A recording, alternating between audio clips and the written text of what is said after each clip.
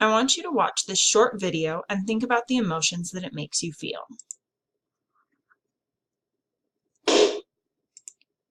Now, most of you probably felt surprise. You may have smiled, and it may have even brought back memories from your childhood. However, what you probably didn't feel was fear or panic. Now, that may seem like an odd response to something as simple as a balloon popping.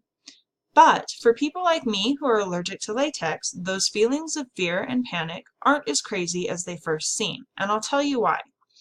Latex is a compound found in everyday objects, one of the most common being rubber. You're probably thinking, that can't be too bad. How much stuff can latex really be in?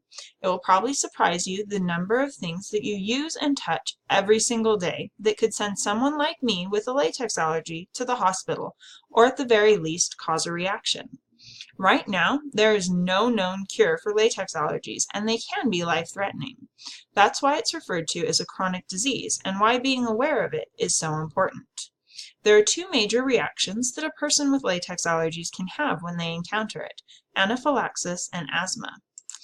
Anaphylaxis is an acute allergic reaction to an antigen, in this case latex.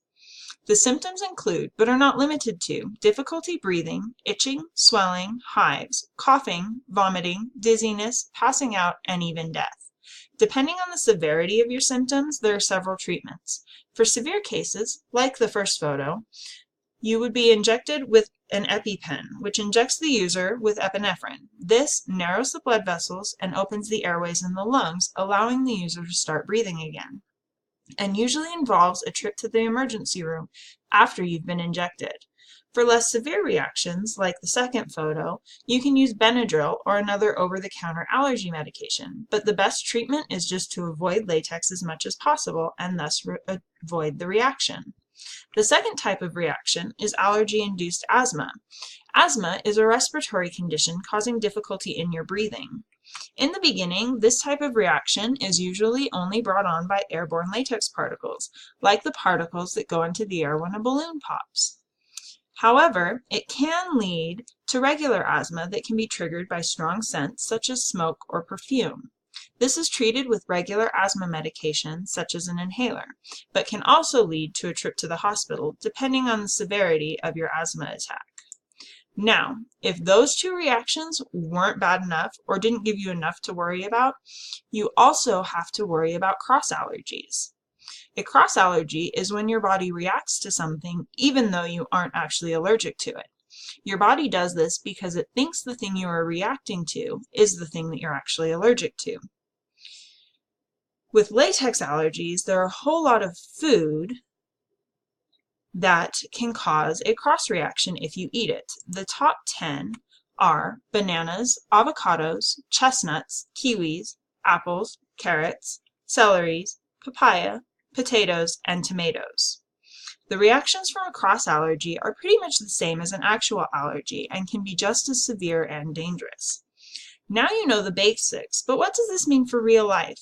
Anyone with a latex allergy should start wearing medical alert jewelry, such as a bracelet, necklace, or tag. This lets the medical personnel know of their allergy because a lot of medical equipment has latex in it, such as a blood pressure cuff or the gloves that they wear. They should also call their doctor 24 to 48 hours prior to their first appointment so that the office personnel can avoid an accidental reaction. Then you have to start being aware of all the different things that contain latex. Something as simple as buying an eraser becomes much more difficult because guess what? Most number 2 pencil erasers have latex in them. Buying things like Band-Aids is also a chore. And if you're a girl, try finding pants without spandex because guess what? Both of those things have latex. Now, those are some of the more common household items that contain latex, but a few less common would be the backing on your carpet, a latex mattress, the glue used to seal an envelope or lick a stamp. Latex is a compound that people run into every day of their lives. Most don't even give it a second thought. However, for those people who have latex allergies, it is always at the forefront of your mind. When you're walking into the store, you start scanning for balloons. When buying school supplies, you check for latex-free companies. It becomes a whole new way of living, because for those people with latex allergies, something as simple as a balloon popping could end with a trip to the hospital, or even death.